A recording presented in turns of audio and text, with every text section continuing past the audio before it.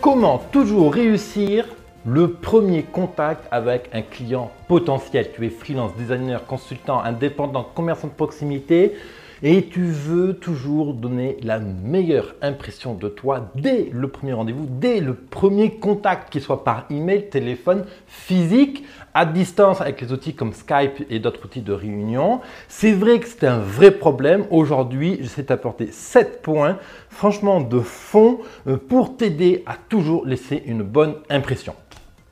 Bienvenue sur le podcast. Bonjour à toi, chef d'entreprise. Le podcast Parlons Business, le podcast qui te parle de stratégie d'entreprise et de web marketing pour t'aider à développer tes ventes grâce à Internet. Et tout de suite, on va aller dans le vif du sujet parce qu'il s'agit en fait de bien comprendre la mécanique de ce qui t'empêche de laisser une bonne impression auprès de tes clients potentiels. Et typiquement, ce que je vois moi chez les clients que je conseille, c'est très bien d'avoir un excellent savoir-faire, une excellente expertise, mais encore faut-il savoir te vendre en fait. Et savoir se vendre, c'est vrai que ce n'est pas naturel à la base, c'est vrai que ce n'est pas simple du tout de savoir se vendre.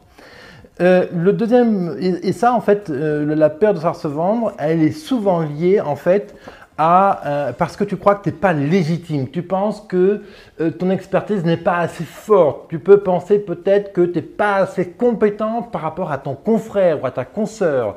Et ça, c'est vraiment un problème typique et récurrent, c'est le problème d'estime, c'est le problème de confiance. Et il faut absolument arriver à contrecarrer ça. L'autre problème aussi très fréquent, et ça c'est biologique, c'est la peur de contacter les personnes, d'aller vers l'autre, d'aller discuter avec quelqu'un. Il faut savoir que la peur de contacter quelqu'un, elle est physique, elle est physiologique. C'est-à-dire que quand tu as quelqu'un à aller aborder et que tu as du stress par rapport à ça, il y a littéralement une partie dans ton cerveau qui est active et cette peur d'aller vers les gens, elle est de même intensité qu'une blessure physique. Donc c'est pour te dire la puissance de cette peur-là. Donc il faut vraiment arriver à éduquer le cerveau que aller voir quelqu'un, ce n'est pas un danger. Autre problème aussi souvent, et ça c'est quelque chose qui est fréquent quand je discute avec les entrepreneurs qui font partie de ma communauté, de la communauté de mon blog, business100.fr, c'est la question, c'est qu'est-ce que je vais bien dire? Qu'est-ce que je vais pouvoir bien lui raconter? Comment je vais présenter mon business? Comment je vais le convaincre pour l'amener à tel point? Ça, c'est un vrai casse-tête. Et derrière ça, en fait, on s'aperçoit qu'il y a un vrai problème. En fait, le problème, ce n'est pas de ne pas savoir quoi dire. Le vrai problème, c'est qu'en fait, vous ne visualisez pas exactement ce que vous devez atteindre. Et quand toi, tu n'arrives pas à visualiser, à voir, à entendre, à percevoir ce que tu vas donner à ton contact, mais forcément, tu ne sais pas le traduire en actes. Tu ne sais pas traduire en mots, en phrases, en émotions. Donc, c'est exactement ça qu'il faut travailler, c'est visualiser exactement qu'est-ce que tu vas apporter à ton client.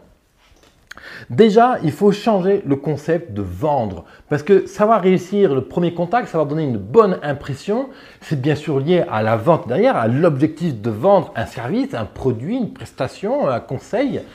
Et déjà, en France, on a une béquille, un handicap qui nous fait croire que vendre, c'est mal. Alors, il faut arrêter, il faut se sortir ça de la cervelle.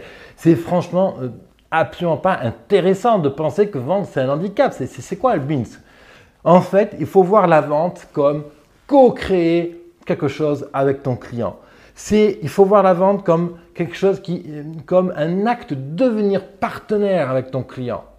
Tu vois, tu n'es pas sur juste un échange monétaire. Le client te donne 900 € pour une journée de conseil. Le client te donne tant d'euros pour tel service. Non, il faut arriver à sortir de ça. Et il faut dire à ton client que tu vas co-créer avec lui. Tu vas devenir son partenaire pour, par exemple, si tu es coach en sport, pour l'amener à avoir une meilleure santé. L'idée, en fait, c'est d'arriver à identifier le plus rapidement possible les erreurs qui t'amènent soit à donner une mauvaise impression, soit à croire que tu donnes une mauvaise impression. Parce que des fois, tu penses donner une mauvaise impression, mais ce n'est pas légitime. On peut toujours s'améliorer, on peut toujours mieux faire. mais la perfection, vaut mieux agir et faire imparfait plutôt que de ne jamais faire, jamais aller vers les autres, jamais contacter les gens, et parce que tu as peur de ne pas être parfait. Malheureusement, réussir ce premier contact, c'est bien sûr ce qui va t'amener des clients, ce qui va générer du cash, et Dieu sait si effectivement générer du cash, c'est une nerf de la guerre pour le business. Mais il faut pas se lancer. Moi, tu vois, quand j'ai lancé le blog pour la première fois en août 2014, il était loin d'être parfait. Je savais qu'il n'était pas parfait. Et justement, tu vois, quand j'ai réussi à ouvrir mon blog sachant qu'il n'était pas parfait, ça me faisait une peine, mais je savais qu'il fallait que je franchisse ce cap-là. J'ai gagné un gros point avec moi en fait. J'ai gagné vraiment une vraie bataille parce qu'avant j'étais quelqu'un d'assez perfectionniste. Alors je fais toujours pour certains points, mais là aujourd'hui, tant pis, je publie. Il y a une faute d'orthographe, c'est pas grave, je publie. Mes épisodes sont pas toujours parfaits, le son n'est pas toujours parfait. Je publie, j'aurai le temps d'apprendre. Mais là, l'objectif, c'est de te contacter, c'est de te donner de l'information, t'aider à booster ton business, etc. Donc, je fais. Et ça, quand on arrive à passer ce cap-là, on est sur un cap déjà où on n'est plus sur la perfection pure et simple. Améliorer l'introduction, l'écriture, la présentation, oui, bien sûr, il faut le faire en permanence. La deuxième chose, souvent, qu'on oublie, c'est d'être généreux. En fait, on a peur d'être généreux en France.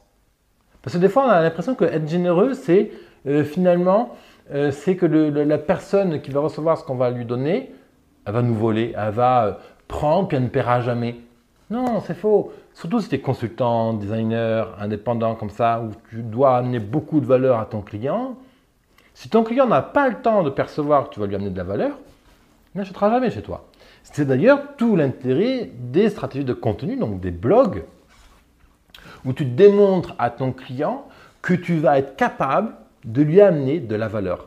Et quand tu lui démontres ça, tu es généreux. Tu lui offres beaucoup à ton client. C'est vraiment une des clés très très intéressantes pour amener une bonne relation et réussir ton premier contact.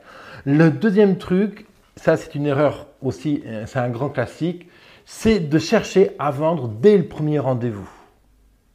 Chercher à vendre dès le premier rendez-vous, décidément aujourd'hui j'ai la langue qui fourche, c'est la manière la plus sûre de rater ton rendez-vous. Ne cherche pas à vendre. De manière générale, de toute façon, je te dirais, ne cherche jamais à vendre. Laisse les clients venir à toi. C'est la meilleure situation pour vendre une prestation.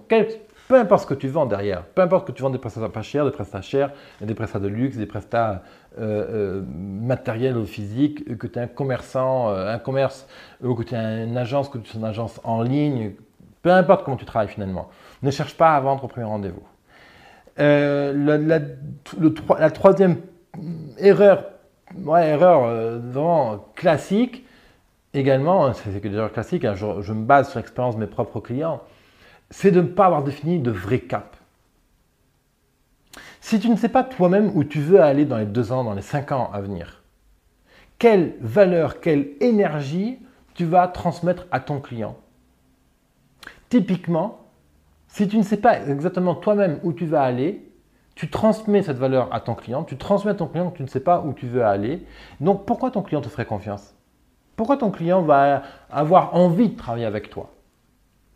Donc ça, c'est un vrai problème de fond. Et encore une fois, peu importe ton métier, si tu es coach sportif, c'est un exemple que je prends souvent, eh bien, détermine dans 2 ans où tu veux être.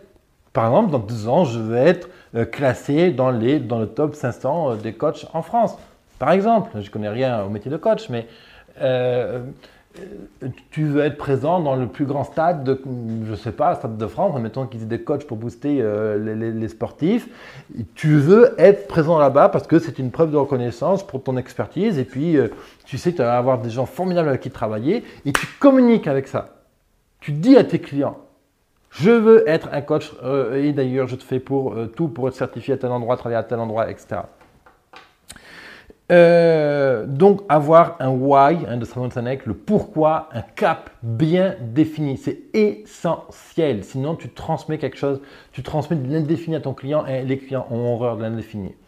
C'est par définition pour ça qu'ils viennent te voir. L'autre truc aussi qu'il faut faire, et c'est vrai que c'est un travail pas simple, hein, j'en suis le premier conscient, c'est de comprendre quel est le why, alors pas le tien cette fois-ci, mais celui de ton client. Qu'est-ce que ton client veut réaliser dans sa vie? Qu'est-ce que ton client veut faire, qu'est-ce que ton client veut obtenir à court terme, à moyen terme. C'est pour ça qu'il vient te voir. Ton client, peut-être qu'il ne le sait pas forcément. Peut-être que ton client n'est pas conscient exactement de ce qu'il veut atteindre. Mais c'est à toi d'être conscient. Tu dois mettre des mots sur ce qui est implicite chez lui. Et tu dois être bon sur ce domaine-là. Parce que plus tu seras bon sur le why de ton client, plus tu vas le convaincre comme ça. Autre erreur vraiment courante, c'est avoir un langage inadapté à ton client. Tu vois, je suis consultant web marketing et je parle rarement avec des termes extrêmement alambiqués, scientifiques ou extrêmement complexes liés au web marketing. J'emploie le langage que tu es susceptible d'employer au quotidien. Et c'est exactement ça que tu dois faire. Si tu es coach sportif, ne me parle pas de muscles en travers, machin, d'apport, de bicarbonate, de machin, de sodium, de magnésium qui amène telle hormone et compagnie. On ne comprend pas tout ça. Quand on est à un niveau avancé, ok. Quand c'est la 5e fois que tu vois ton client, ok. Mais pas lors du premier rendez-vous. Je te rappelle que l'objectif, c'est de laisser une première impression qui donne un impact. Waouh! Ça, c'est le designer, ça, c'est la freelance qu'il me faut. Je veux bosser avec lui. Comment on fait? Marche suivante, étape suivante. C'est cette impression-là qu'il faut dégager. Avec ton tempérament, bien sûr. Moi, c'est vrai que je suis quelqu'un qui communique beaucoup, qui amène beaucoup j'adore parler, donc ce n'est pas un problème de prendre de l'espace. C'est des gens qui sont moins à l'aise. Je ne sais pas si c'est ton cas, mais clairement, le but, c'est de te dire qu'à la fin de le rendez-vous, que ton rendez-vous dure 1 minute, 5 minutes, 1 heure, il faut qu'à la fin, le bonhomme, il ait envie de travailler avec toi. C'est ça un rendez-vous réussi, c'est ça un premier contact réussi. Alors, voyons les 7 points vraiment que tu peux travailler dès aujourd'hui pour vraiment amener à réussir systématiquement tes premiers contacts. Déjà, il faut bien comprendre une chose en préambule. C'est que quand le client vient te voir, tu lui présentes ton activité, c'est parfait. Tu as gagné. Tu as présenté ton activité, tu gagnes.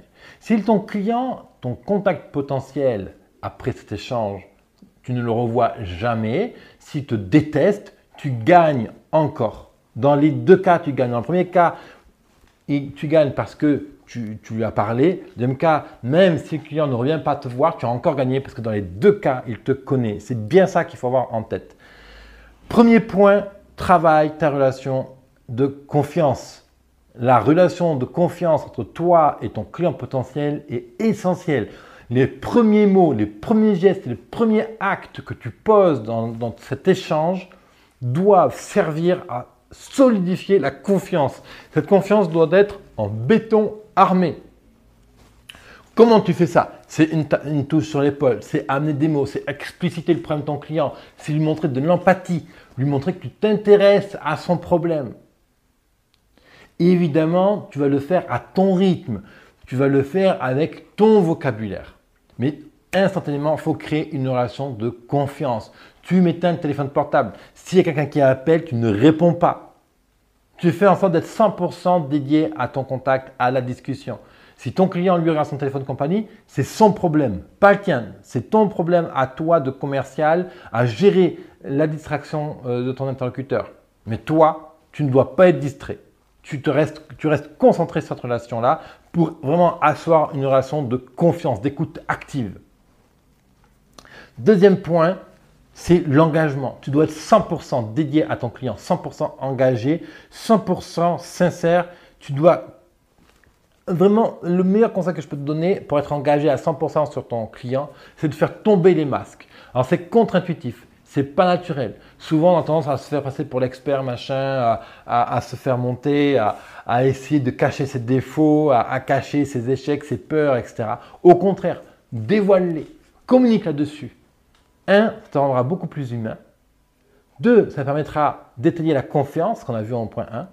Ça te permettra d'avoir beaucoup plus d'engagement, et d'engagement au sens large, d'engagement humain entre lui, ton interlocuteur et toi-même, d'engagement émotionnel sur le moment et d'engagement dans le futur. L'engagement, je te rappelle qu'en termes web marketing, l'engagement, c'est quand quelqu'un pose une action, clique sur un bouton, partage, quand quelqu'un te contacte, quand quelqu'un laisse un numéro de téléphone, admettons sur ton site internet, c'est ce qu'on appelle l'engagement.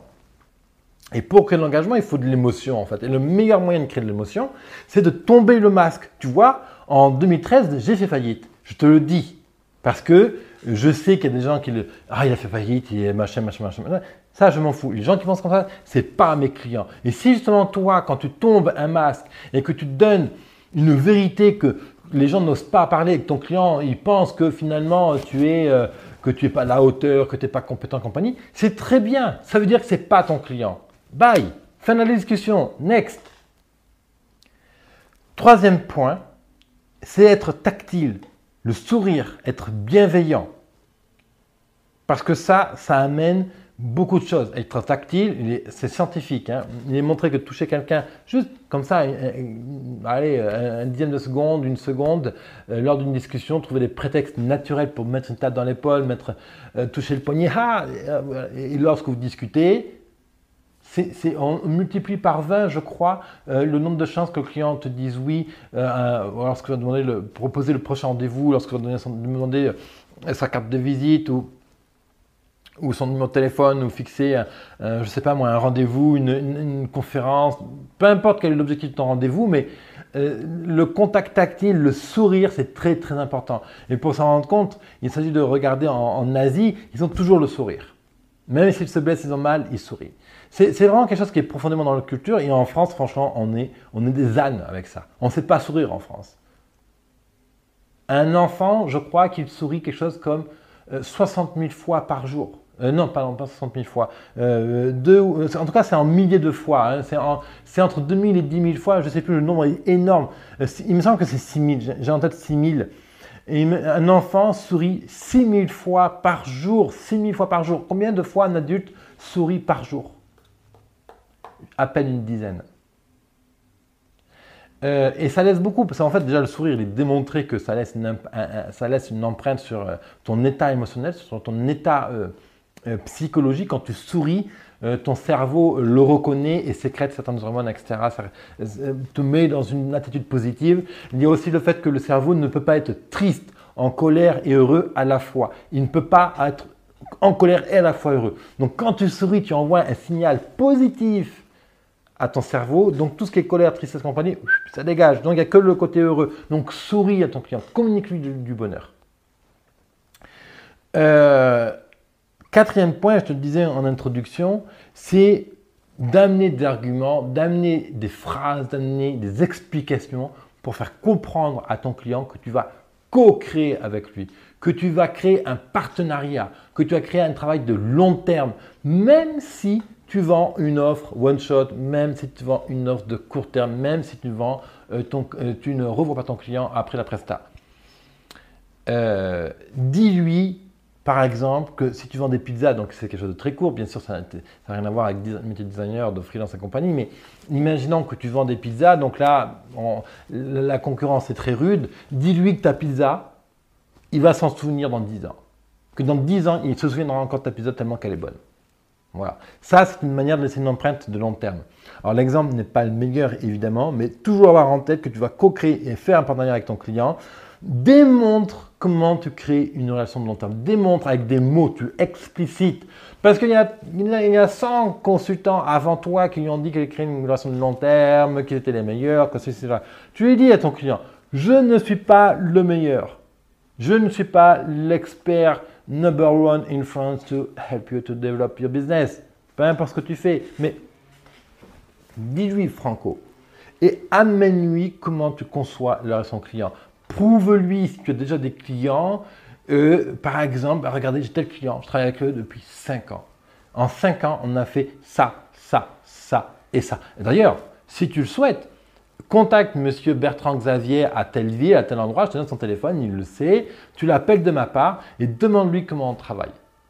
Et tu verras, il te dira sans chichi tous mes défauts, tous mes points forts.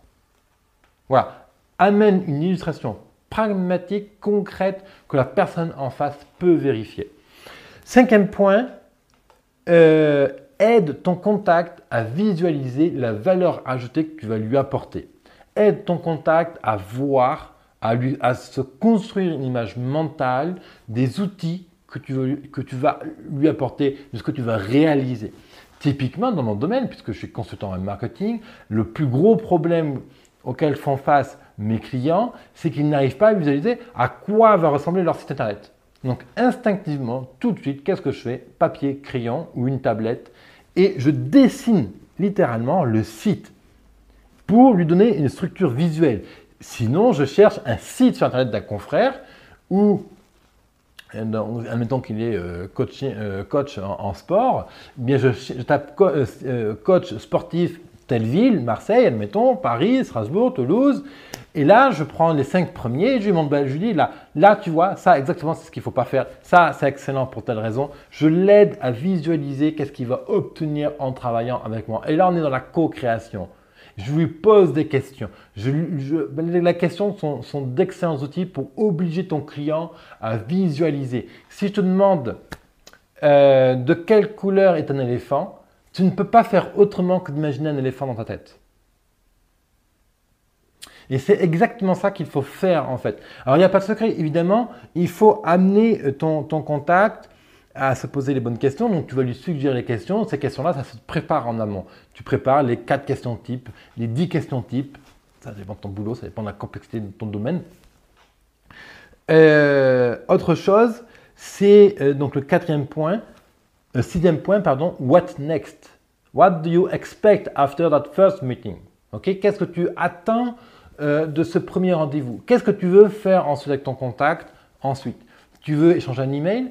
Tu veux qu'il te rappelle, tu veux fixer un rendez-vous, tu veux le revoir pour un deuxième rendez-vous et fixer et valider une proposition commerciale. C'est quoi le prochain round? Donc ça, il te faut l'avoir en tête avant même de démarrer ton rendez-vous. Il faut être vraiment absolument précis là-dessus. Encore une fois, c'est comme visualiser. Il faut toi savoir exactement où tu vas aller quand tu montes au taxi. Il faut que tu donnes une direction à ton taxi.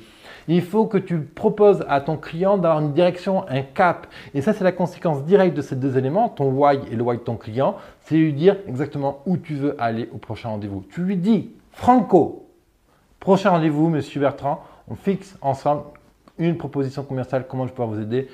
Là, il est encore trop tôt pour parler de tarifs.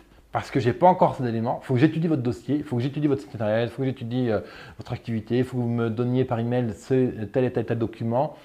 Voilà. Et comme ça, prochain rendez-vous. D'ailleurs, on peut le fixer maintenant. Qu'est-ce que vous en pensez lundi prochain à 9 h? Voilà. Amenez vos clients tout de suite à se projeter dans l'étape suivante. Envisagez le prochain contact. Votre client en a besoin. C'est biologique. Encore une fois, le client a besoin d'un cap. Il doit savoir où est-ce que vous l'emmenez. Et plus vous serez fort, convaincu, déterminé là-dessus, plus le client va se faire porter. C'est ça la force d'un coach, d'un consultant, d'un designer, d'un freelance. Parce que derrière, on a la force d'injecter cette énergie chez le client. Et le client, lui, il est perdu. Il a plein de choses à penser, il a des tonnes de trucs à réaliser, il est fatigué, il en a marre de ramer. Donc si derrière, vous lui injectez cette adrénaline, que vous le portez, que vous lui amenez le cap, etc., encore une fois, avec votre propre tempo, avec votre propre tonalité dans la parole, dans votre propre vocabulaire, le client va se laisser porter et il va être super heureux de se laisser porter. Donc, profitez de cette opportunité-là. 7e point, dans votre agenda, systématiquement, vous recontactez les gens que vous abordez, par exemple, après 7 jours après le premier rendez-vous, 3 jours après le premier rendez-vous, 1 mois après le premier rendez-vous, etc. Pour toujours nourrir. Vous décidez si vous envoyez un email, si c'est un coup de fil, si c'est un rendez-vous physique, etc., un dîner, un lunch, peu importe. Mais prévoyez dans votre agenda, tout de suite, après le rendez-vous, paf, vous notez quand est-ce que vous devez recontacter M. Bertrand après 7 jours, par exemple. Ça, c'est un rendez-vous que vous fixez à vous-même, en fait. Mais prenez l'agenda, c'est l'intérêt aussi des smartphones. Aujourd'hui, c'est qu'on peut fixer des rendez-vous très très rapidement, sans perdre de temps et sans l'oublier. Vous finissez votre rendez-vous, pas vous notez le rendez-vous de contact suivant. Voilà, comment réussir ce premier contact? En ces 7 points, je vais résumer relation, donc créer une relation de confiance, créer de l'engagement, être tactile, sourire. 4e point, c'est annoncer que vous allez créer un partenariat avec votre client. 5e, toujours aider votre contact à visualiser la valeur ajoutée que vous l'amenez. 6e point, what next? Qu'est-ce que vous voulez faire ensuite? Quelle est la prochaine étape avec votre contact? 7e point, déterminer quand est-ce que vous allez recontacter votre client. Et je t'invite à récupérer le résumé de cet épisode sur mon blog. Alors, ça s'affiche sur l'écran ou sur le i comme info ou dans la description si tu m'écoutes depuis SoundCloud ou depuis iTunes. Moi, je te retrouve demain où je vais te parler donc de comment travailler à distance. Si tu es coach, consultant, designer, souvent on travaille à distance. Moi-même, je travaille beaucoup à distance et je te parlais donc comment travailler à distance, comment rassurer tes clients. Par rapport à ça, par rapport à cette difficulté donc, du travail à distance, comment on rassure les clients. Je t'ai préparé pareil 6 points clés pour systématiquement casser les objections quand tu travailles à distance, quand tes clients te découvrent et ils disent mais oui, mais il va partir avec le fric et compagnie, comment on fait? Justement, on va casser tout ça. Moi, je te retrouve demain pour cet épisode-là. En attendant, je te retrouve sur mon blog avec le résumé exact de l'épisode du jour. Et puis, bien sûr, tu peux écouter tous les épisodes. Je t'invite à commenter directement sur YouTube, iTunes ou SoundCloud si tu avais des questions. À demain, entrepreneur.